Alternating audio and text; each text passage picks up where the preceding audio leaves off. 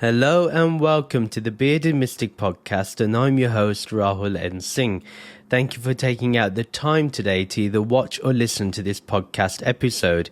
If you're really interested in supporting the Bearded Mystic Podcast and you've found great benefit in listening or watching these episodes, then please do support this podcast on Patreon, where you can get ad-free and bonus episodes along with other benefits depending on the tier that you select. Your support means everything, and it really does help the podcast keep running efficiently and smoothly, and also widens the audience that this message can reach to. If you would like to know more about it, the details are in the show notes and video description below.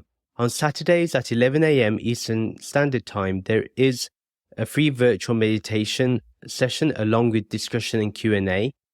If you're interested in meditating with us as a community, then you can find out the details in the show notes and video description below. Please do like, comment and subscribe if you're watching this on YouTube. And if you're listening to this on your favorite podcast streaming app, then please do give this podcast a 5-star rating. It helps the podcast get up in the charts and allows the algorithm to bring this podcast to new listeners. And also do review the podcast if you can, and make sure you do follow or subscribe to keep getting future episodes. Today we will be continuing on with my thoughts on the Bhagavad Gita, and we will be continuing on with chapter 13, looking at verses 8 to 12 today. So there's a lot to go through, a lot to discover, a lot to take in terms of the messages that Sri Krishna is going to be blessing us with today. We're going to start off with verse 8. Sri Krishna next describes the virtues, habits, behaviors, and attitudes that purifies one's life and illuminates it with the light of true knowledge.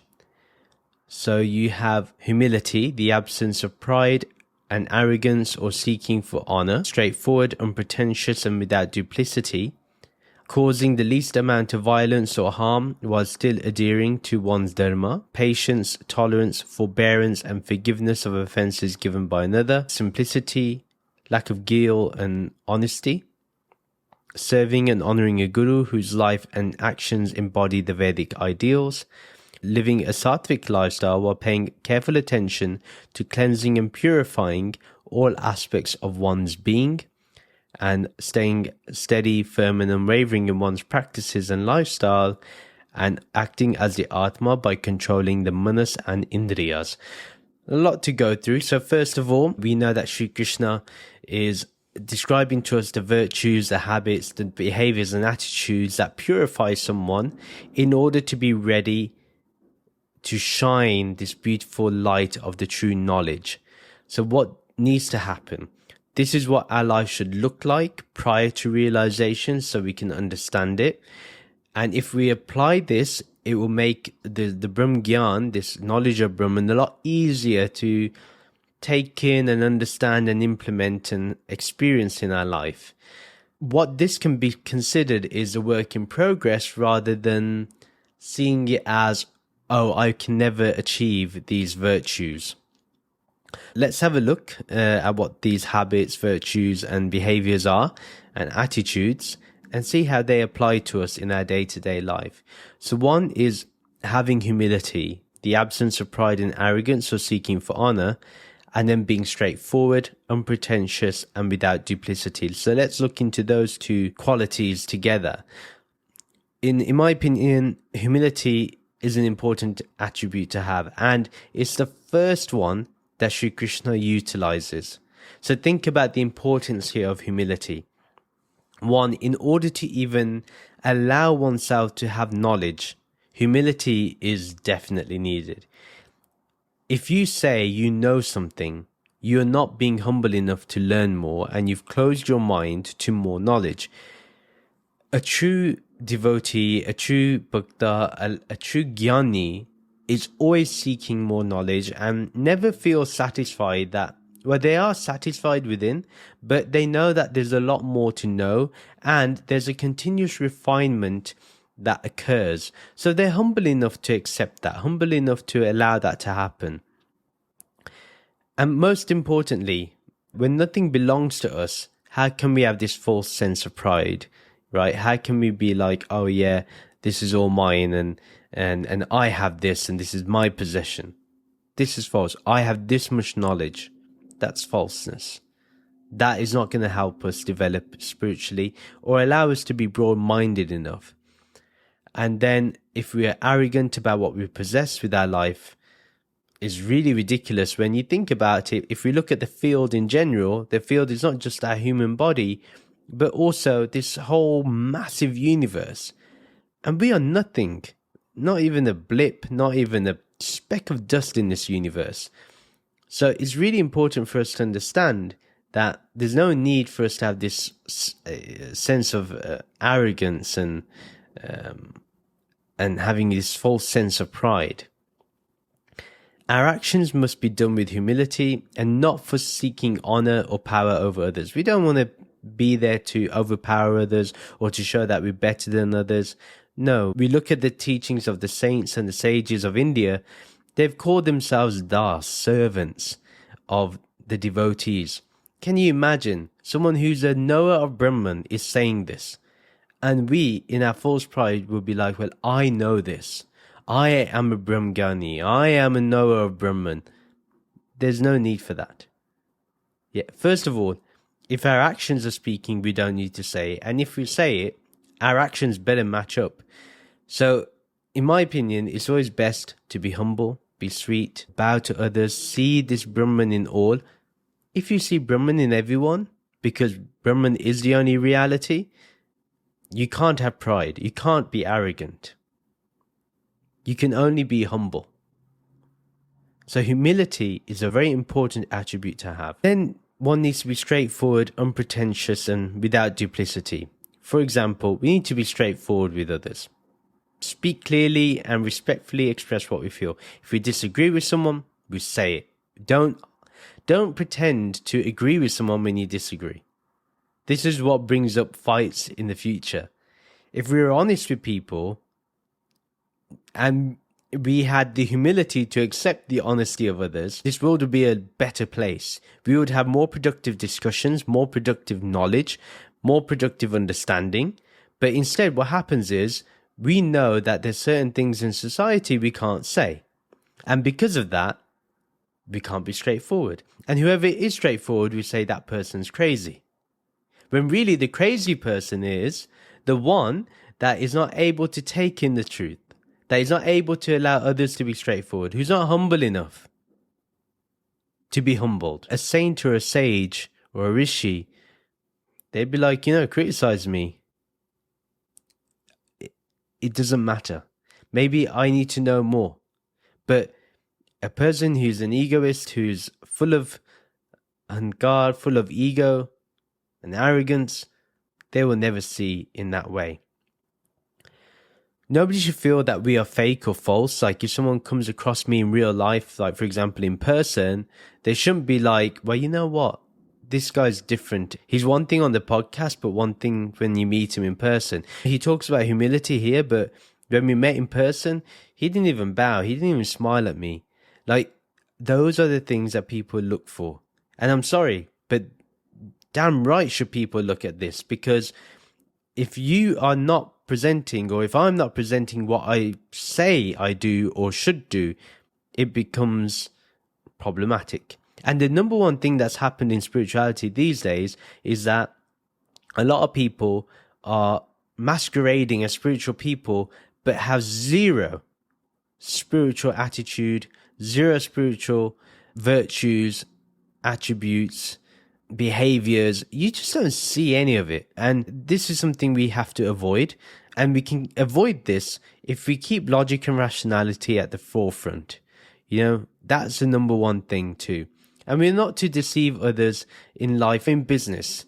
And we're not meant to cheat in our exams or be dishonest in any way. This is really important. Just be honest, be straightforward, be real. That's all. That's all that's expected. It may not make... Well, the funny thing is, you may not make many friends this way, but you'll have real good friends. Either you want quality or quantity. Yeah. And trust me, no matter what happens, even if you only have a few friends, but people who know you, the one thing they will always do is say that your straightforwardness is a great quality. Even though they may not like you, but they will recognize the quality. But that's why Shri Krishna mentioned humility before, because if one is humble, it's an easier pill to swallow when someone who's humble gives you straightforward advice or a straightforward talk, right? So it's a lot more palatable. Then Shri Krishna talks about ahimsa, which is causing the least amount of violence or harm while still adhering to one's dharma, and then having patience, tolerance, forbearance, and forgiveness of offenses given by another. Ahimsa is big, even in the Mahabharata, even though it's, all about gearing up for a massive war that's about to take place. There is a whole kind of monologue about ahimsa, about causing the least amount of harm. This is true dharma.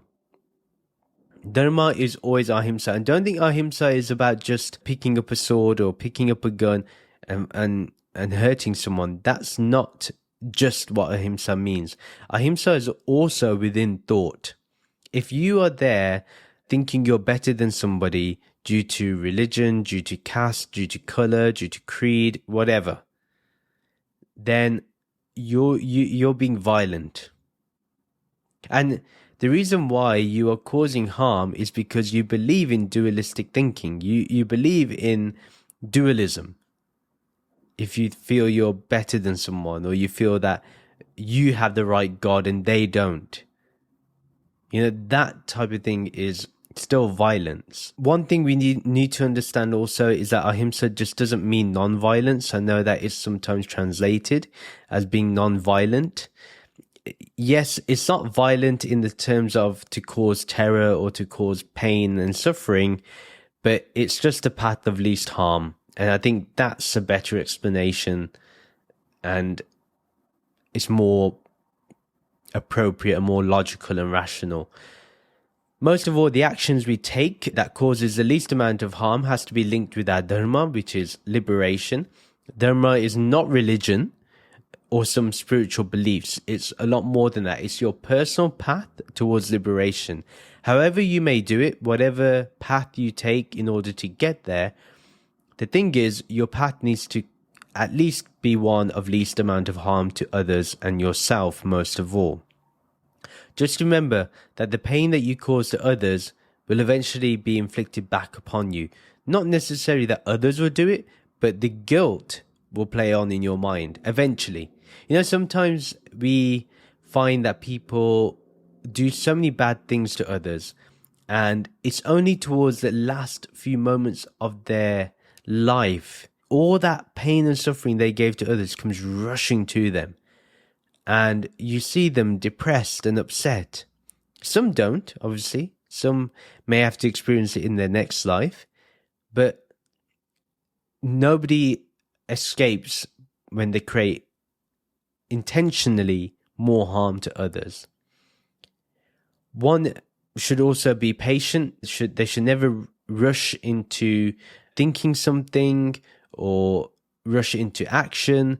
They need to take their time and also give people enough time to do their things that they need to do. So one isn't rushing others to do things for them or rushing themselves to do something. They're patient. They are able to be calm and be able to wait for the right moment. For example, I see this all the time. If we don't get something we want, something as simple as getting a cup of tea or a glass of water or getting coffee straight away, there's no need to get mad. Even if you're at a restaurant and you paid for it, or a cafe and you paid for it, be calm. You don't know what that person's going through. You don't know how many orders they have to complete, and out of courtesy, they took your order. Or at home, your parents may be making you a cup of tea or some dinner, or your wife or your husband or your partner.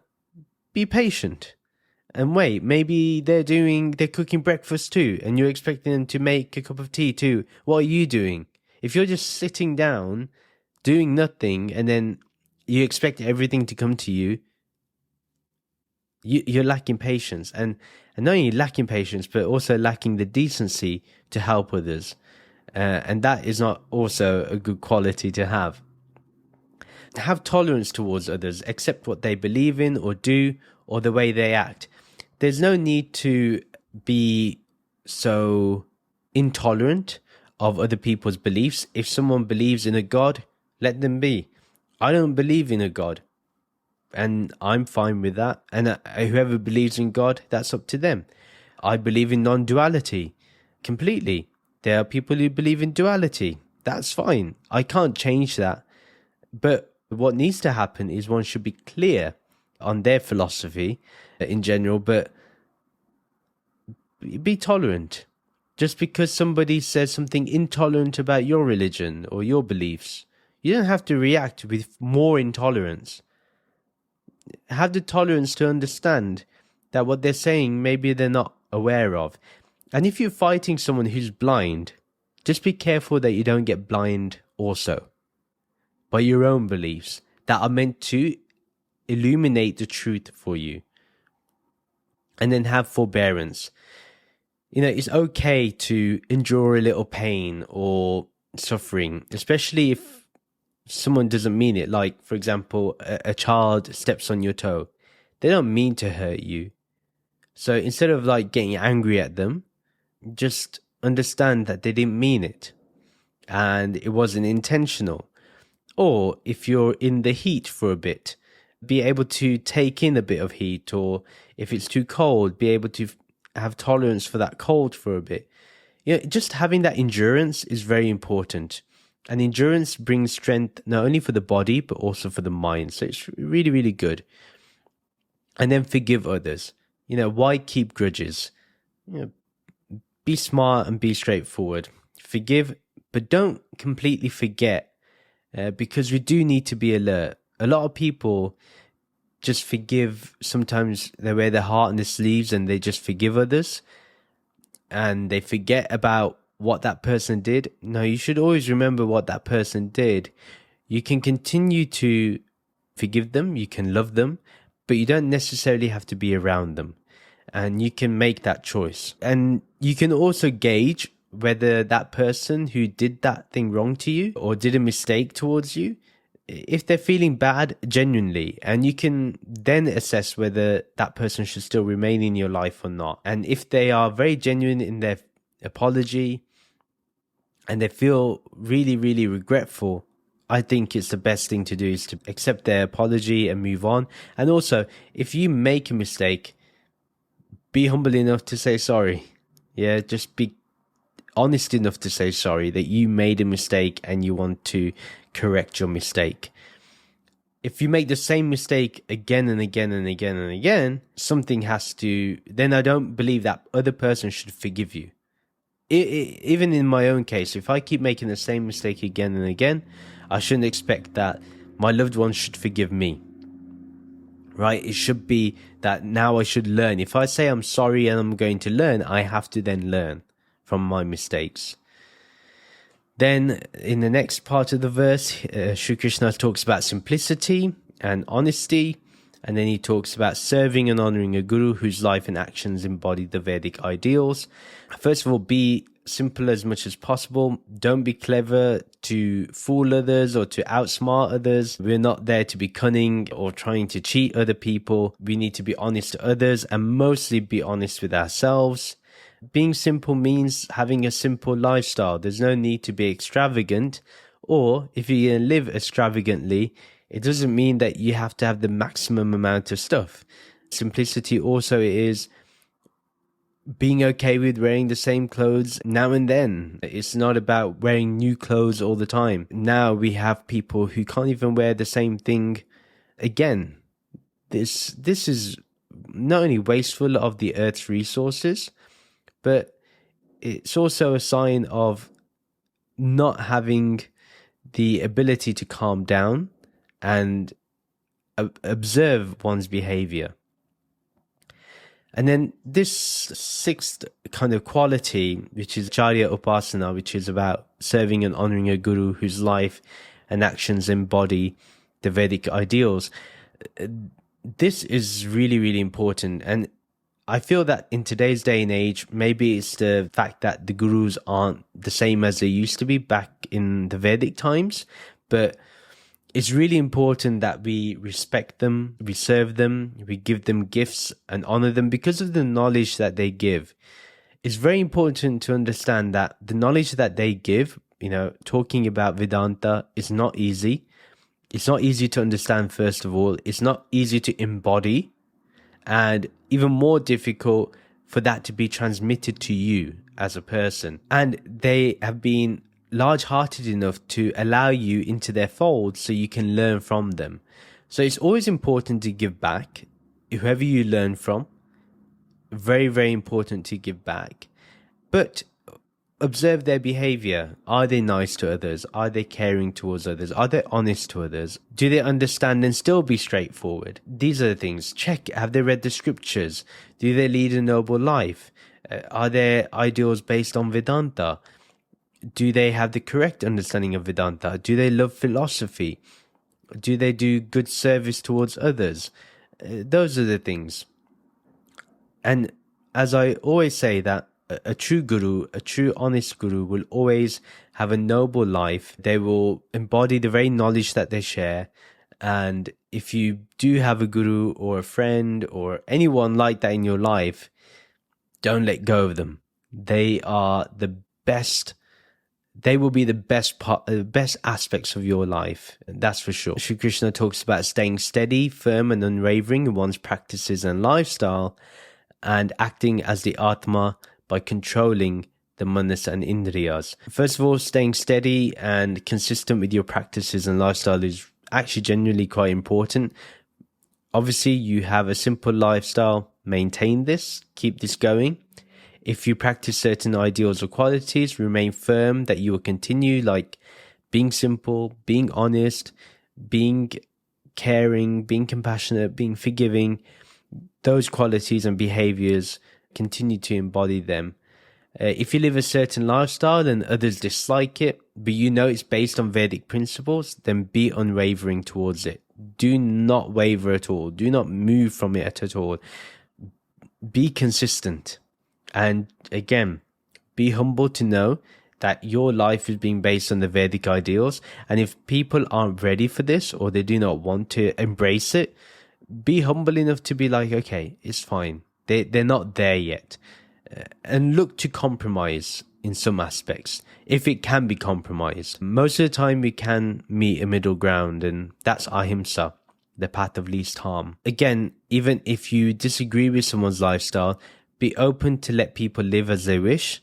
Just focus on yourself. This is a very important lesson. A lot of us want to change the world, but do not want to change ourselves. We want to reform others, but we don't want to reform our own self. This seems to be the nature of us human beings, and we need to kind of stop doing that. What's really important is we need to just let people live and let them live as they wish and move on. What is the Atma? This Atma is this changeless witness consciousness that is usually in the background of all of our experiences or our objective experiences. The way to act as this Atma is to control your mind by controlling the senses. Your senses will continuously run after things, and your mind will have to keep processing what the senses are running after. And then it gives thoughts and ideas and concepts for you to chase. But guess what? You can go back to the Atma and remain as the observer, the watcher of all this that's going on. And you can keep doing this game of the observer and the observed. It's a consistent practice, and you can be unwavering in it too. Continue doing that. Shri Krishna continues with those virtues and behaviors and attitudes that he was talking about earlier. 10, not being addicted to material pleasures or compelled by material desires that arise while engaging in life's activities. 11, freedom from misidentification of one's Atma with the various energetic states and actions of matter.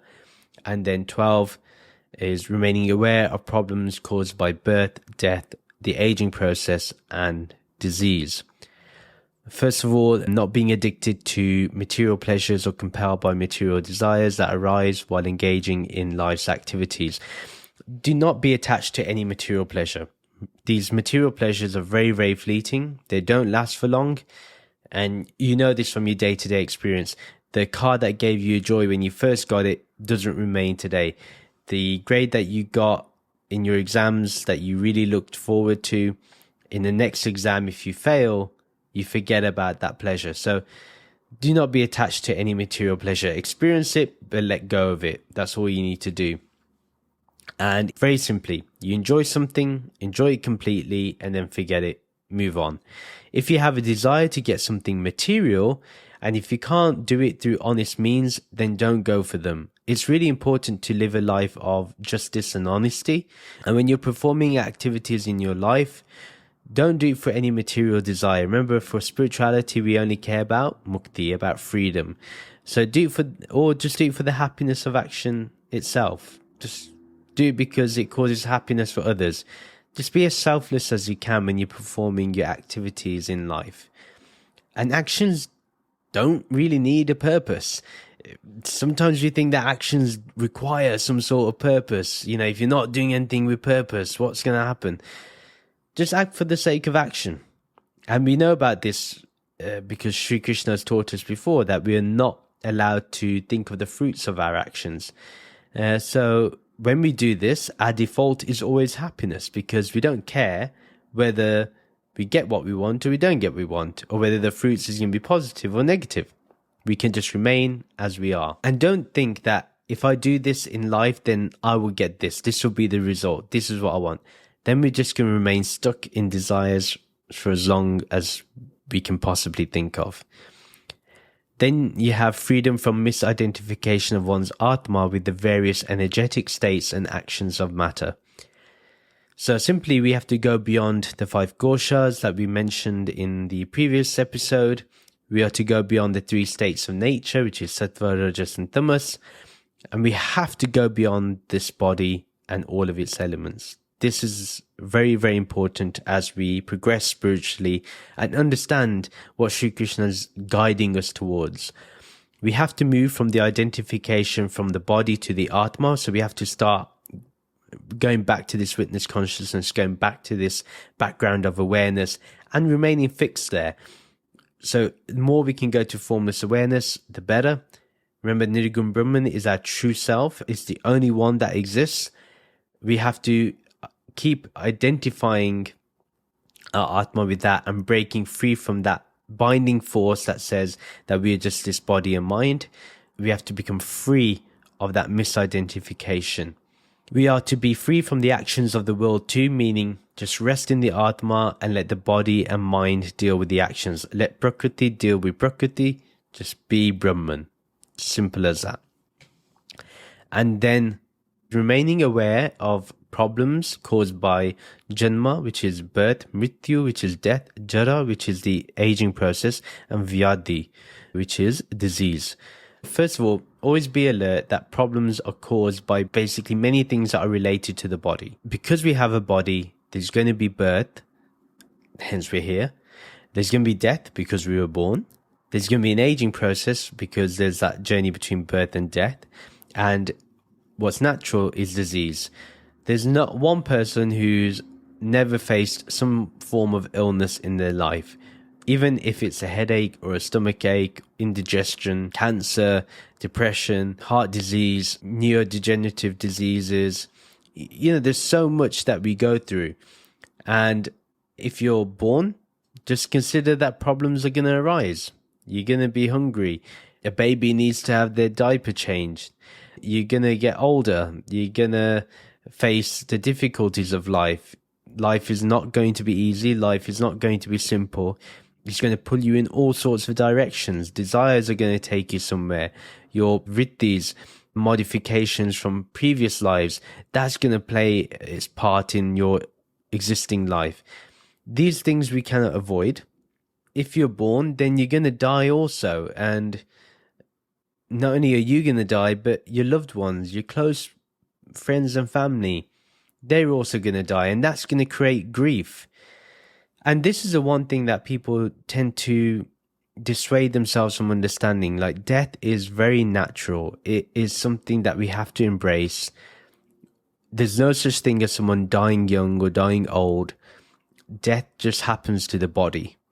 Yeah, death does not look at age. It does not look at how healthy you are or not healthy you are. Death is very, very untouched by the situations of the body. Yeah, in itself, the event of death.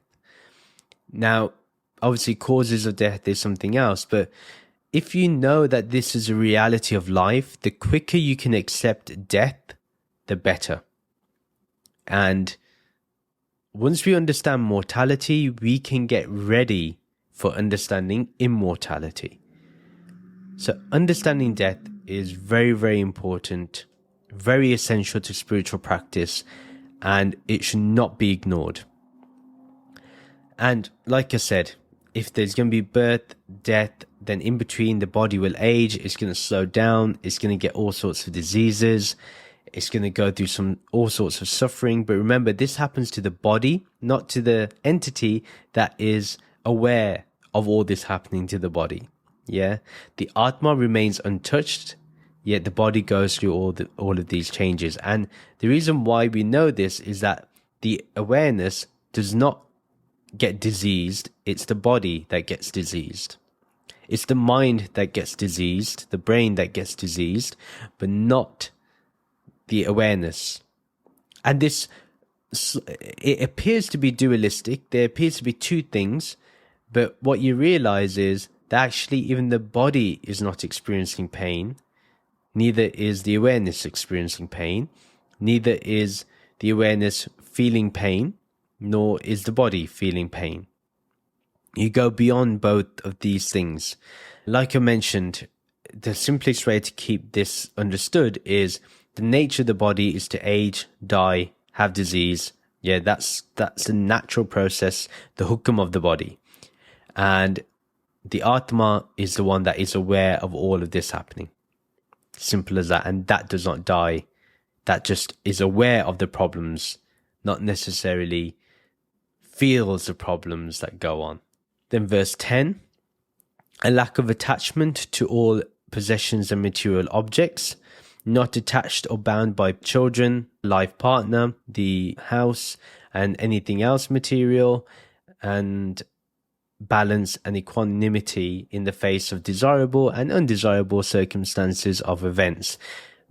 That 15th one is what makes the Bhagavad Gita quite an interesting text, and just Vedanta interesting in general. But let's go back to 13th quality, which is a lack of attachment to all possessions and material objects. So we are to be detached from our possessions and material objects. When we die, they're not going to go with us.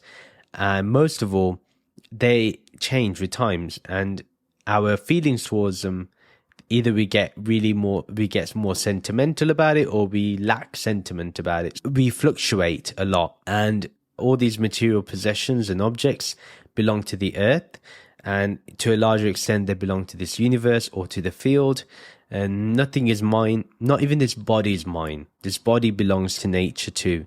This body belongs to Prakriti. And that's why Sri Krishna talks about the next quality, which is really important. You may possess things, and that's fine, but be balanced if you gain or lose something. And this is what the next two qualities discuss. The 14th one, which is not attached or bound by children, life partner, house, and anything else material. This is very challenging to practice. It's very, very difficult. But if we're able to do it, it's very, very rewarding. It really serves a great purpose. If we can be detached, this is a quality of love which is unmatched. Trust me, being detached increases love so much more, makes it so much more potent, makes it so much more intimate that we just cannot anticipate. We think attachment is love, but true love is detachment. Now, for example, being detached with your children, understand that your children have their own life, their own journey, and all you can do is be there for them. Be that trusting mat that if they fall, they will fall onto your supportive behaviors. And not only that, but they are made from nature too. They are made from Prakriti.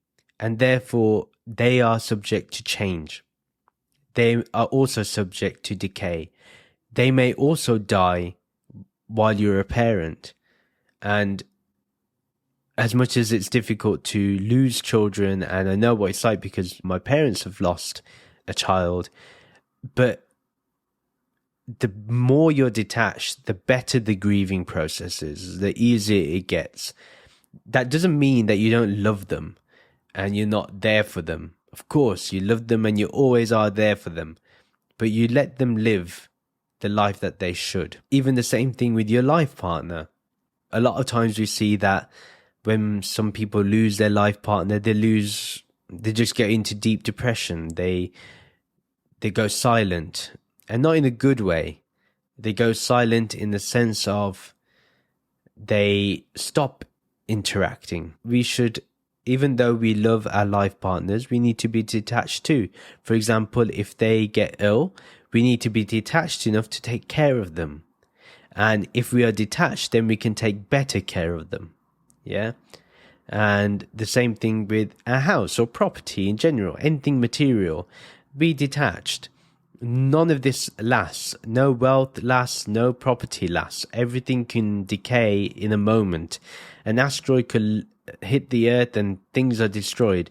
So don't be so attached when there is no guarantee about them even in the next second.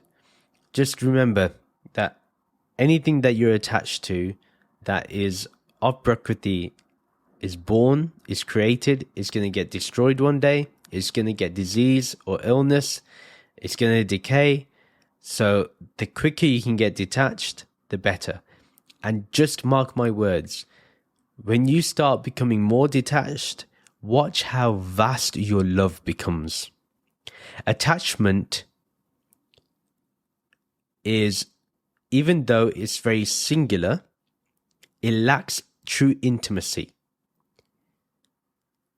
When you are detached, there's real intimacy and it's vast. It's an unending supply of love, an unconditional sense of love.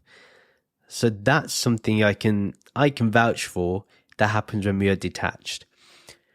If you're detached, then you can be more honest, more straightforward, as well as more forgiving and patient with people. It makes it easier to practice these values and virtues and behaviors and attitudes that Sri Krishna has been talking about. Then one should be in balance, equanimity in the face of desirable and undesirable circumstances or events. One has to be balanced when it comes to responding to events in life. Nothing goes our way, and sometimes everything goes our way, or it's the middle of both. If they are desirable events, like you get the car you want, or you get the house you want, the job you want, the results you want, the grades you want, don't get overexcited. Just be grateful and move on. And if an undesirable circumstance or event happens, someone dies, you lose your house, you lose your job, you don't get the grade you want, you don't get into the college you want, don't get depressed and drown in that problem. Be balanced enough to know that there is something beyond this and that you can transcend and get better. And what I would say is just look at every event and circumstance as natural consequences of that action or of nature, and that they're not happening to your true self, to your Atma. So the more we act from that sense, the more we understand that our actions are based on Prakriti, and that the awareness within is just a watcher and is not affected by any of the actions that are done, the more balanced our approach is. Then verse 11, unswerving connection with me in the joyful bond of bhakti yoga, then dedication to me that never fluctuates, avoidance of the masses of chaotic and unevolved human beings, and then residing in a sacred and secluded place. So 16th quality is about unswerving connection with me in the joyful bond of bhakti yoga. So one thing, we want that connection to Brahman to never take a turn, to never go here or there, is to remain fixed and in place. We are to remain as connected as much as possible where it doesn't change at all. And we do that when we are in that joyful bond of bhakti yoga, when we are able to surrender to the higher that's within us. That's what brings absolute joy to our heart. And through love, we are able to be devoted to that higher aspect of ourselves. And this is what the Atma is. And that's what Shri Krishna is talking about. Think of the unswerving connection within me. So that me is the Atma that's within us, the knower of the field. That knower is Shri Krishna, is Brahman, the Atma. Be connected to that and you're all good. Then the 17th one is dedication to me that never fluctuates. Remember, first of all, we dedicate everything to Brahman. We don't take anything for ourselves or to name and form. We say everything is Brahman. That's the true Atma. No matter what situations we face, we still remain dedicated to Brahman. We don't fluctuate at all. Brahman is our everything. Yeah, so it doesn't change. It doesn't go up and down. It doesn't get higher or lower. It remains the same. And then avoidance of the masses of chaotic and uninvolved human beings. One thing is we don't have to follow society in everything. If there's mass hysteria, we don't need to involve ourselves in that mass hysteria. And the next quality that he talks about is related to this. People that cause chaos, we just avoid them. If we see that their actions are causing more harm, avoid them. Don't be friends with them. Just let them be. And if they are there to cause havoc or keep you away from living the best version of your life, again, avoid them. There's no need to entertain them in your life. There's no need to be in the crowd all the time. There's no need to get the approval of the crowd. There's no need to be liked by them. Let them be. You don't need to lower yourself for them. Simple as that. And main thing is we only seek the company of the wise. And the thing about the wise is they're part of that 19th quality, which is residing in a sacred and secluded place. Important thing to note is that the most sacred and secluded place is being in your own heart, being in your own Atma, being in your own self. That Brahman within, which is ever present, that is the sacred and secluded place. That's the true residence of our whole life. And it's very important to be alone. I often talk about how it's really important to understand that being alone is fine. It's nice. It's very important to have alone time where you can just be one with your thoughts, think about what's been going on. It's not that when you go traveling in the car that you have to listen to music or you have to listen to a podcast. Take your time to just analyze your own self, your own thoughts. That's why meditation is so important, because you get to know who you are, what you really are. This is key. Aloneness is not a bad thing. Even kids need alone time. You see them and they say, just leave me alone. The reason why they say that, and I remember as a kid, I used to say the same thing and it wasn't really understood. But I actually genuinely love being alone. I love being around people as well. But when I'm alone, I'm able to think about my philosophy of life, how I view life. I analyze my behavior, the day. All those things are important. I get to do my reading when I'm alone. We don't have to always be in a crowd. We don't have to always be around people. And those people that can't spend time with themselves, they don't know themselves. They will never get to know themselves. You cannot know yourself through the crowd. You have to know yourself by just being one with yourself, being alone. Even to the point of, it's not even about going to a forest and being with the trees. You're still being with something. Just being with yourself. That's what I'm talking about. It's very important that we do that. Then verse 12, which is the last one of today's episode, is 20, realizing the knowledge of the supreme and ultimate Atma. Then 21, realizing that this knowledge is immortal and always true. And then Sri Krishna says, and I declare that all this knowledge is truth, and anything other than this is ignorance. First of all, 20, realizing the knowledge of the supreme and ultimate Atma. This is very important. In every spare moment that you get throughout the day, Remind yourself of this supreme and ultimate Atma. Remember, this supreme ultimate Atma is not up there. It's not somewhere distant. It's right here within you. Yeah, the knower is within the field. And you can remain in the awareness of formless awareness all the time. Like, there's no reason why it has to be broken up in time. But say you can't do it all the time. But any spare moment, just take that time to be in awareness. Rest in awareness for a bit. And if you can, when you're in the midst of activity, note that which is not changed by the very activity, by the very actions that you're doing. And you'll see it. When you become so observant of yourself, you'll see it. Remember, whatever does not change or fluctuate, be in devotion towards that, which is this supreme and ultimate Atma. Remember that the knowledge of the Atma is the witness consciousness that does not change, and it is the only thing real. It's the only set. Also, another thing is, realizing the knowledge of the supreme and ultimate Atma is the purpose of life. It's the reason why we live life. It's the reason why we've come back onto this earth. And why you're listening to this right now is because you have that desire to better yourself. You have that desire to go further in your spiritual journey. So you want to evolve. And this is human nature, to evolve even further. Our whole nature is to evolve. Yeah, that's the survival of the fittest. Then 21, realizing that this knowledge is immortal and true. As we mentioned just previously, that this knowledge does not change at all. This knowledge has remained the same. It's the Vedic knowledge, the knowledge of the Upanishads.